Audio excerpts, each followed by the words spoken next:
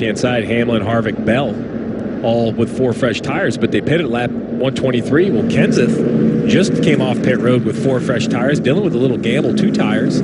Custer put himself in a great position, Keselowski. So as we talked about, those guys running longer basically allowed them, you know, the chance to put fresh tires. So you see the 4 are standing on pit wall. This is during the green flag pit stop when Gillespie came in. So that just kind of backs up. I think the team must have heard him. They were close to the crew chief radio. Might have bled through, huh, Jeff? But sometimes when they get crossed over, you can't hear it in the car.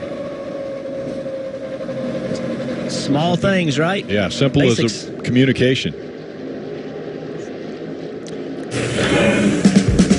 If we go back to last week, the race was between the same 2 drivers.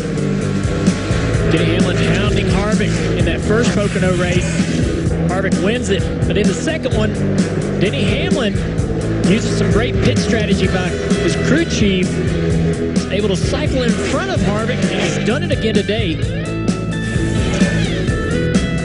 And then earlier here, Kevin Harvick with a very aggressive move on a restart to take the lead.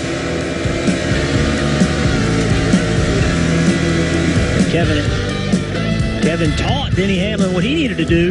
Denny did the same thing. But Kevin Harvick able to battle back on the outside and keep the lead. Then both of these guys were running first, second. Denny Hamlin gets called on pit road first.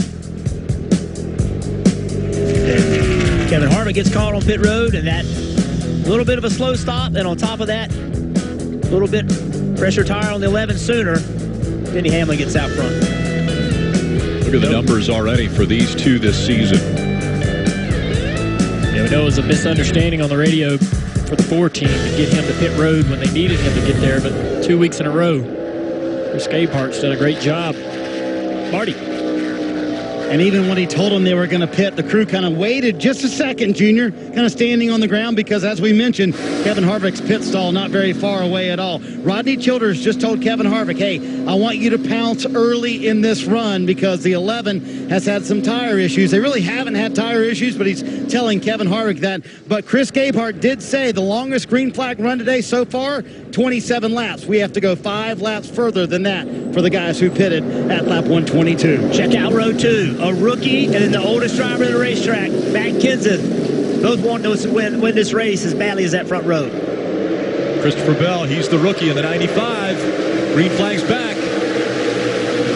And look at him fan out as they get ready to go into 1. Denny Hamlin has cleared Kevin already. But here comes Matt Kenseth. Oh, Harvick a little bit loose under Matt Kenseth. Gets into the side of that 42 car now. He's lost a few spots here.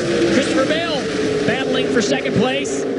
Let's see if Harvick's going to do the same thing, make it 3 wide down the back straightaway. He pushes, now he slides out. Tries to get to the inside of the 42 of Kenseth. Look at that mess behind him. Harvick makes the move, he's back up to second. But can he run down Denny Hamlin? He wasn't able to do it before the caution. Christopher Bell falling back now in that 95. See the 18 of Kyle Busch down on the bottom back there. He had to pit a second time under the yellow because of a flat tire. Not sure what happened there. Trying to recover as the 21 of Matty D makes a big move. 3 wide, takes a position. Matt DiBenedetto in the 21. That Wood Brothers 21 famed car here with 21 laps to go at Indy. Hamlin, Harvick, Kenseth, Cole Custer. Back up front, it's tight. Look at the right front. The right front. It looks like the wrap. The wrap's coming off of the right front. Oh! Trying to jump on the outside of Hamlin. Yeah, he sure did. He was coming fast on that 11 car, running him down quickly. The contact with Kenseth, I think, has, on the restart, is causing the wrap on the 4 car maybe to come loose. Do you feel that as a driver? Is there a vibration there? I don't know. I don't know if you'll feel that at all. But I don't think it's hurting his car right now, as long as there's no real body damage from the contact. He's faster than Hamlin. He's ran Hamlin down. Let's see if he can run him down again. He jumped on the outside of Denny.